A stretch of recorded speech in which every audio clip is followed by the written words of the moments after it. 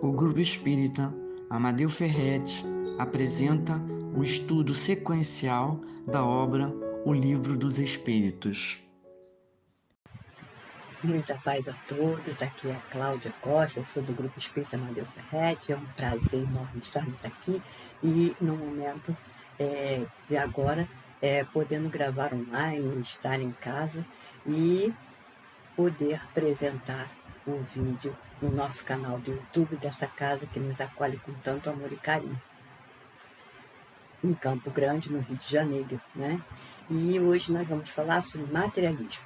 Mas antes de nós começarmos o nosso estudo, nós vamos fazer a nossa prece inicial. Então, vamos manter os nossos pensamentos voltados a Jesus, ao Deus nosso Pai, aos espíritos amigos e protetores. Agradecemos, Senhor, por estarmos aqui reunidos em seu nome, em mais um momento de estudos, de entendimento, de busca de compreensão da nossa doutrina. Que nós possamos a cada instante ir aprendendo e exercitando com muita força, muita fé, muita coragem os ensinamentos que são colocados para nós por Jesus, o nosso Mestre, e também pelos Espíritos amigos. Te agradecemos por tudo, por cada situação, por cada momento, por cada lição aprendida. Muito obrigada e que o Senhor possa permanecer conosco hoje e sempre. Graças a Deus. Bom, nós vamos falar hoje sobre materialismo. O que é materialismo? Né? Que são ideias filosóficas, é a escola filosófica que teve assim um aumento muito grande nessas ideias materialistas, principalmente século XVIII para o XIX. E no século XIX, nós vamos ter a chegada da Era do Espírito, é quando Allan Kardec, codificador da nossa doutrina, codifica o primeiro livro da doutrina espírita, Livro dos Espíritos, em 1857, trazendo para nós uma visão diferenciada, né? Mas, falando do materialismo, nós vamos encontrar que é um termo, ele é abrangente. Na história da filosofia e das ciências, costuma significar uma ênfase na materialidade como base para a explicação do mundo e dos problemas filosóficos relativos ao conhecimento, à ética, à política e demais campos. Então, passa a ganhar um sentido mais positivo ao longo do século XVIII. E no contexto do século XIX, o materialismo ele se torna um termo cada vez mais vinculado ao desenvolvimento das ciências naturais e sociais, manifestando-se especialmente nas tendências darwinistas, positivistas e socialistas. E principalmente porque nós vamos ter, nesse século XVIII, XIX, nós vamos ter a separação entre ciência e religião. Né? Até então, a ciência ela tinha que ser pautada e embasada na Bíblia, nos livros sacros. A partir de um tempo, ela passa a ter uma liberdade de atuação. Então, as ciências dão saltos enormes, né? A ciência passa a ter saltos enormes, mas em compensação, uma ciência sem moral é muito perigosa, né? Então, no século XIX, nós vamos ter o socorro, como os espíritos colocam para nós vamos ter o socorro trazido pelo alto para todos nós através da doutrina espírita, codificada então por Allan Kardec, nosso codificador. E codificador, por quê? Porque ele foi que colocou em códigos fáceis de serem entendidos, de serem lidos, compreendidos por todos nós, né? E aí, o materialismo, nós vamos encontrar no Livro dos Espíritos duas questões falando sobre o materialismo. E aí, nessas questões, Kardec vai também fazer depois a parte dele, né, fazendo um comentário, onde ele vai colocar as explicações. Então, na questão 147, ele pergunta para os espíritos por que é que os anatomistas, fisiologistas, pessoas das ciências naturais, quando eles aprofundam esse conhecimento, eles estão levados ao materialismo. E aí os espíritos colocam que o fisiologista ele refere tudo ao que vê, né? Porque as ciências elas passam a ser ciências que vão falar da matéria, que vão estudar os seres orgânicos, os seres inorgânicos, o mundo, enfim, mas no aspecto material. Né? E aí o orgulho dos homens, que tudo creem saber, segundo que os espíritos colocam para nós através através da codificação, coloca não admitindo que alguma coisa possa ultrapassar o seu entendimento. Então, sua própria ciência os torna presunçosos. Pensam que a natureza nada lhes pode ocultar. Mas a gente tem que entender que existe uma inteligência suprema, causa primária de todas as coisas, né? A questão número 1 do Livro dos Espíritos, que é Deus. Colocando para nós que é Deus quem organiza tudo, que é Deus que criou tudo. E nós estamos aqui buscando o entendimento das leis divinas, leis que regem o mundo físico e o mundo não físico, o mundo imaterial, que rege a todos nós. E aí, na questão 148, ele vai colocar: mas não é estranho que o materialismo seja uma consequência de estudos que deveriam, ao contrário, mostrar ao homem a superioridade da inteligência que governa o mundo, quer dizer, Deus? Deve-se concluir que esses estudos são perigosos? E aí os espíritos colocam que não é verdade que o materialismo seja uma consequência desses estudos. Então, o materialismo ele não nasceu porque foram feitos estudos mais profundos sobre a natureza. É o homem que deles tira uma falsa consequência, pois ele pode abusar de tudo, mesmo das melhores coisas. O nada, aliás, os apavora mais do que eles se permitem aparentar. E os espíritos fortes são quase sempre mais fanfarrões do que valentes. A maior parte deles são materialistas porque não dispõem de nada para preencher o vazio. E diante desse abismo que se abre ante eles, mostrar-lhes uma tábua de salvação e a ela se agarraram ansiosamente. Então os espíritos colocam que, muitas vezes, os materialistas não são materialistas porque realmente não acreditam em nada. São materialistas porque não encontram uma outra crença melhor, uma forma de entendimento, né, do mundo, de nós, de uma forma melhor, mais bem explicada, mais bem compreendida por eles, que possa ser mais bem compreendida por eles. Né? E aí o comentário de Kardec, ele vai colocando assim: por uma aberração da inteligência, pessoas que não veem nos organismos orgânicos nada mais que a ação da matéria, e a esta atribuem todos os nossos atos.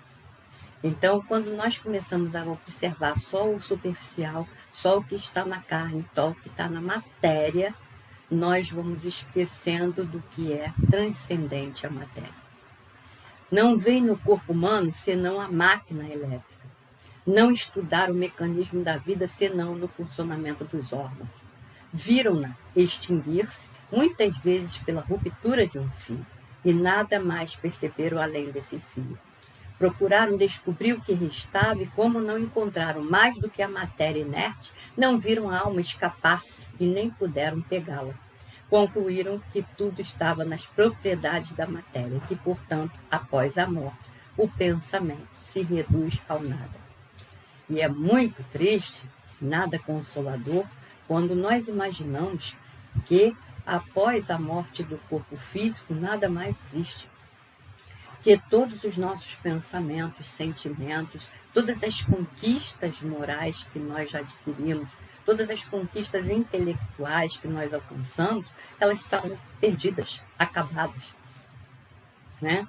Então, essas ideias materialistas, elas trazem um cunho muito ruim para todos nós, principalmente para os sistemas governamentais, para todo mundo encarnado também, para o mundo material. Porque quando nós não acreditamos em vida após a morte do corpo físico, quando nós não acreditamos em mais nada, que nós vamos simplesmente desaparecer, deixar de existir, não mais estar em lugar algum, né? Aí nós já vamos ter, de repente, um comportamento aqui, quando encarnados, talvez muito mais abusivo. Então, triste consequência, segundo Kardec vai colocando para nós, se assim fosse, porque então o bem e o mal não teriam sentido. Por que estamos aqui passando por situações de aprendizado? Porque a nossa vida é uma vida pedagógica. Porque Deus, que é o maior professor, e Jesus, que é seu filho e que é o nosso guia aqui, é o governador do nosso planeta, nos traz lições de aprendizado e de crescimento para nós espíritos imortais. O homem estaria certo ao não pensar, segundo Kardec vai colocando no seu comentário, senão em si mesmo, e ao colocar acima de tudo a satisfação dos prazeres materiais. E aí a gente passa a valorizar a matéria. E passamos a ter apego à matéria. Passamos a achar que tudo rege através do quê? Da matéria. E essa não é a realidade. A realidade é muito maior do que essa. Existe um ser superior a todos nós, que é Deus, nosso Pai, Criador de tudo e de todos. E existem os espíritos criados por Deus, que estamos encarnando em diversas experiências evolutivas para crescer, para aprender, para melhorar. Se nós começarmos a acreditar que apenas o nada existe, que nada mais existe além disso, que nada mais existe além da matéria, muitas coisas ruins vão acontecer, porque nós vamos continuar sofrendo. Porque uma pessoa que recebe uma notícia de uma doença terminal vai continuar lutando pela vida que vida. Se é o nada que nos espera. Então essa ideia passa a ser uma ideia muito ruim para todos nós. Né? E aí, continuando Kardec colocando, nós vamos ter muito mais apego ao mundo material, muito mais apego às coisas materiais, ao adquirir, ao ter, do que ao ser. E nós estamos aqui buscando ser e não ter. Porque tudo que nós temos nos foi dado como usufruto. Nós somos usufrutuários de tudo. Ou seja, nós encontramos, né? Nós usamos e nós vamos deixar. Até o nosso corpo físico nós não levamos conosco para o mundo espiritual. E aí Kardec dá continuidade falando: os laços sociais estariam rompidos e os mais santos afetos destruídos para sempre. O amor que nós nutrimos pelos nossos entes queridos, sejam eles familiares consanguíneos ou de coração, e seja por toda a humanidade posteriormente, vão existir como e por quê. Né? Se o nada é que vai acontecer, por que vão existir? E nós vamos falar não só do nada, né? Mas vamos falar um pouquinho da ideia que as outras religiões nos trazem. E felizmente, segundo aqui Kardec colocando para nós, essas ideias estão longe de ser generalizadas. Pode-se mesmo dizer que estão muito circunscritas, não constituindo mais do que opiniões individuais, porque em parte alguma foram erigidas em doutrina. Uma sociedade fundada sobre essa base traria em si mesmo os germes da dissolução, e os membros se despedaçariam entre si como animais ferozes. O que queria reger uma sociedade fundamentada na matéria? A força. Os mais fortes viriam vencer, os mais inteligentes. Né? O homem tem instintivamente a convicção de que tudo não se acaba para com ele, com a vida. Tem horror ao nada. E é em vão que se obstina contra a ideia da vida futura. E quando chega o momento supremo, são poucos os que não perguntam o que deles vai ser, porque a ideia de deixar a vida para sempre tem qualquer coisa de pungente. Quem poderia, com efeito, encarar com indiferença uma separação absoluta e eterna de tudo que ama e de quem nós amamos, né? Quem poderia ver sem terror abrir-se à sua frente o imenso abismo do nada, pronto a tragar para sempre todas as nossas faculdades, todas as nossas esperanças, e ao mesmo tempo dizer: qual? Depois de mim, nada, nada, nada mais que nada. Tudo se apagará da memória dos que sobreviverem a mim. Dentro em breve, nenhum traço haverá de minha passagem pela terra. O bem mesmo que eu fiz será esquecido pelos ingratos e a quem servi. E nada para compensar tudo isso, nenhuma perspectiva a não ser do meu próprio corpo devorado pelos vermes. Este quadro, ele não tem qualquer coisa de horroroso, de glacial. É Kardec colocando para nós. Ele não é. A religião nos ensina que não pode ser assim e a razão o confirma. Mas uma existência futura, vaga e indefinida, e aí vem as religiões que vão nos falar sobre o quê?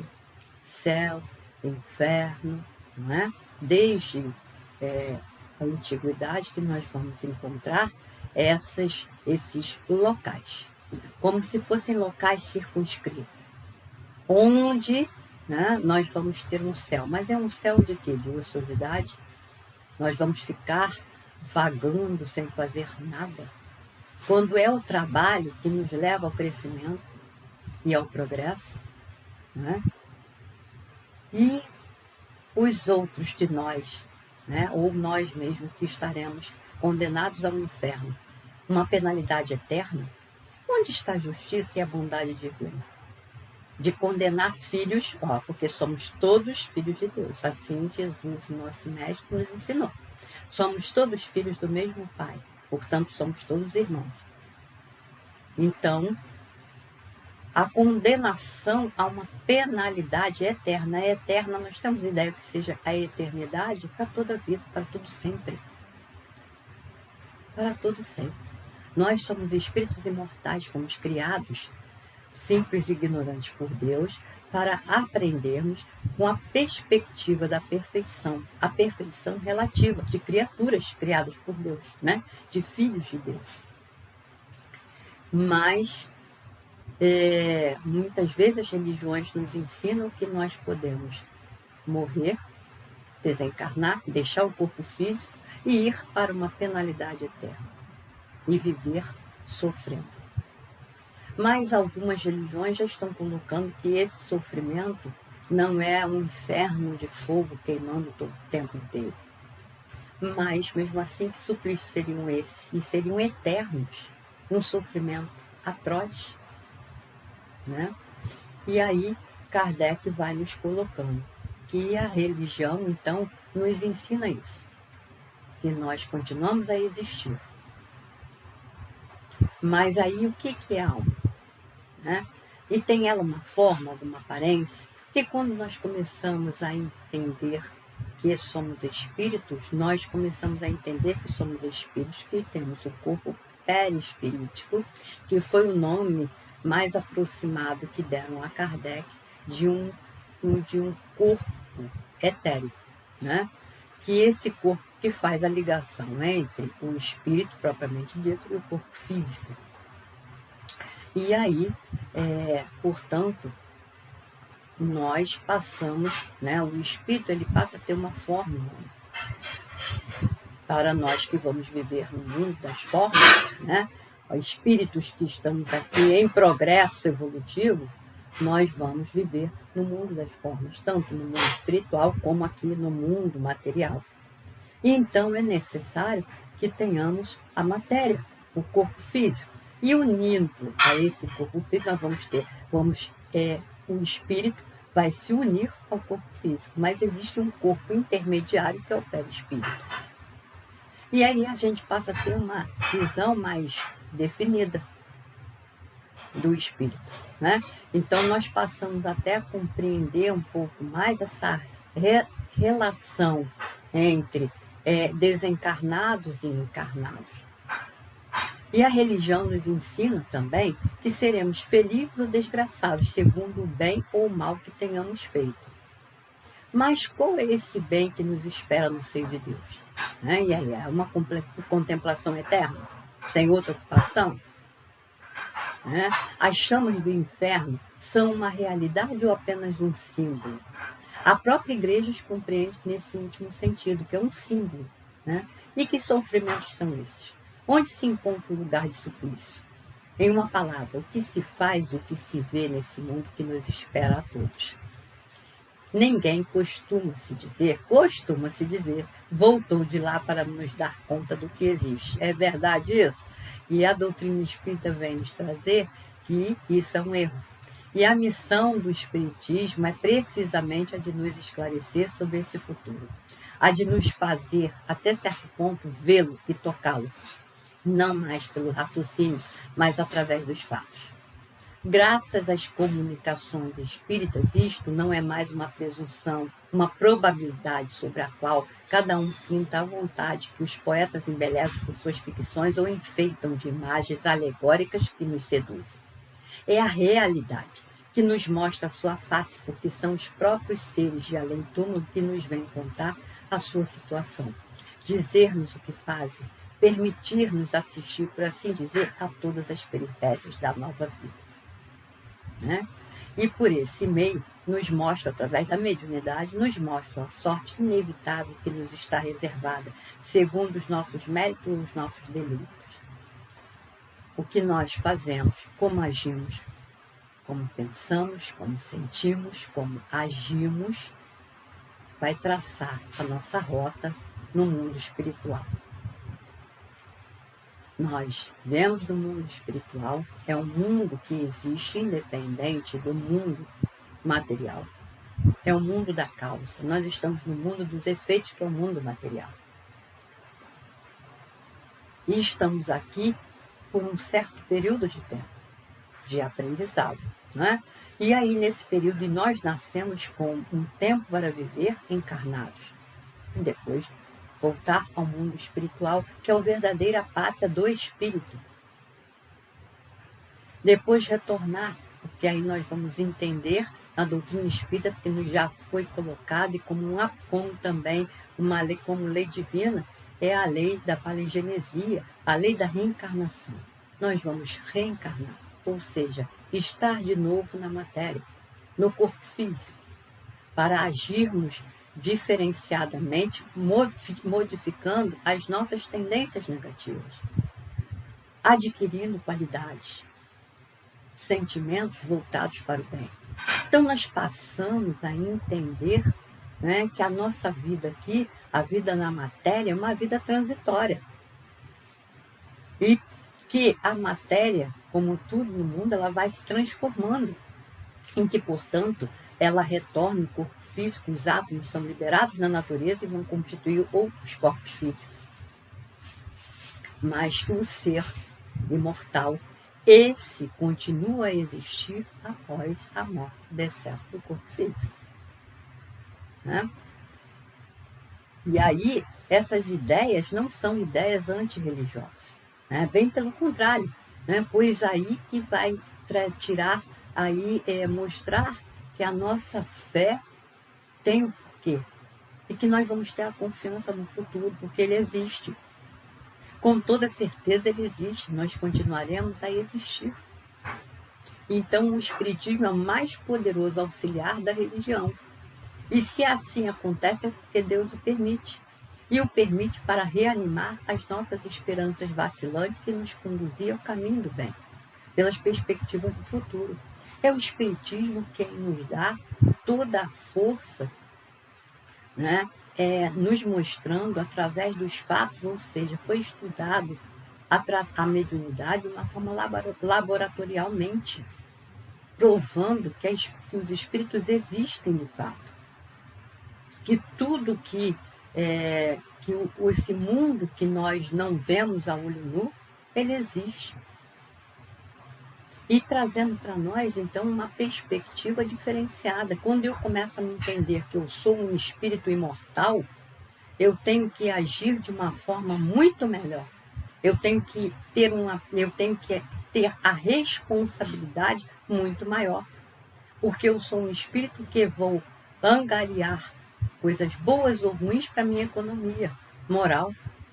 Que, portanto, eu vou arcar com as responsabilidades dos meus atos, dos meus pensamentos, dos meus sentimentos.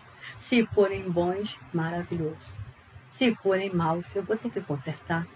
Eu vou ter que refazer essa caminhada. Eu vou ter que passar pela experiência de novo. Mas isso é uma crença que ela não pode ser colocada como nós, muitas vezes, à força. Nós vamos ter que observar, né?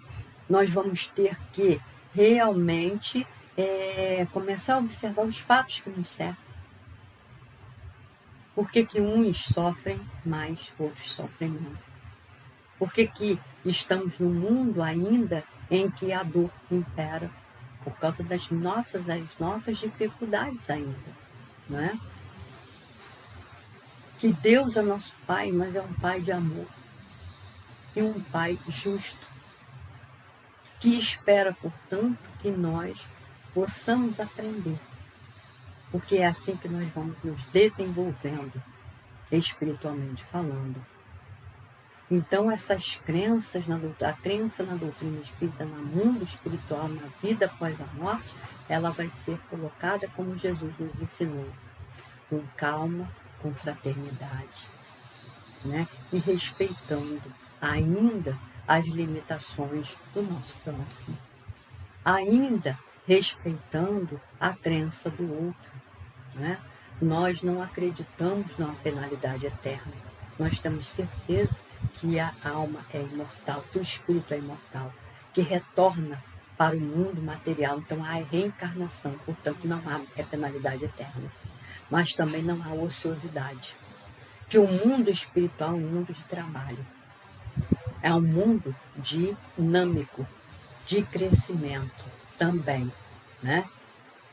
Então, Jesus veio nos ensinar, né, moralmente falando, que nós pudéssemos crescer e que nós temos a liberdade para agir, senão nós seríamos máquina, né?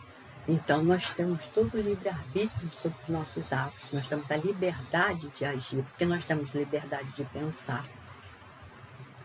Então, nós temos também de agir, mas de agir para o bem, de fazer o bem, aonde quer que estejamos. Somos responsáveis pelo bem que deixamos de fazer, né? Somos responsáveis pelo mal que fazemos, somos responsáveis pelo bem que deixamos de fazer, pelo tempo perdido. Então, nós estamos aqui para que nós possamos aprender isso. E a matéria, muitas vezes, ela pode exercer influência sobre o organismo.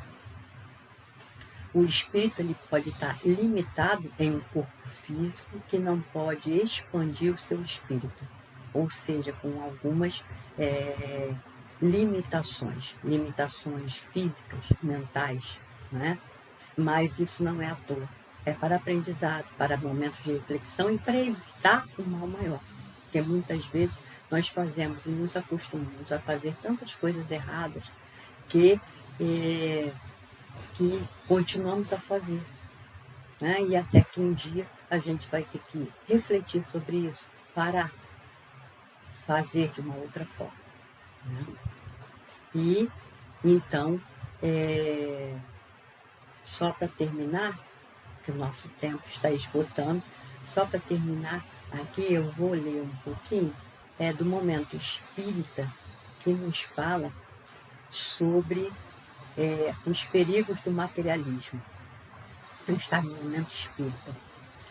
Quando ouvimos a palavra materialismo, por vezes desconhecemos o seu real significado e suas dimensões. De modo geral, temos uma visão superficial do termo, que em verdade representa correntes filosóficas antigas com bases bem sedimentadas. Ele está na via oposta ao idealismo, ao espiritualismo e à metafísica, desde que afirma a prioridade da matéria sobre o espírito. Até mesmo o pensamento seria uma manifestação interior da matéria.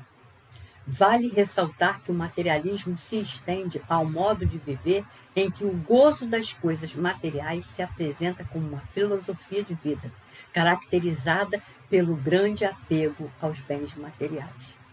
Segundo essa filosofia, a vida se inicia no momento do nascimento e acaba com a morte do corpo. As correntes espiritualistas, no lado oposto, apresentam a realidade do espírito, isto é, demonstram que somos algo mais do que um aglomerado de matéria e que há uma inteligência, uma alma, um ser imponderável no comando da máquina corpórea.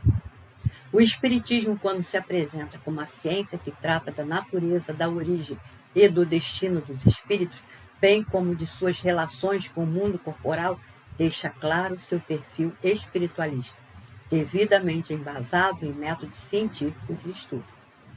Ao estudar essa essência inteligente que todos somos, a doutrina espírita abre um horizonte de consequências importantíssimas para a vida.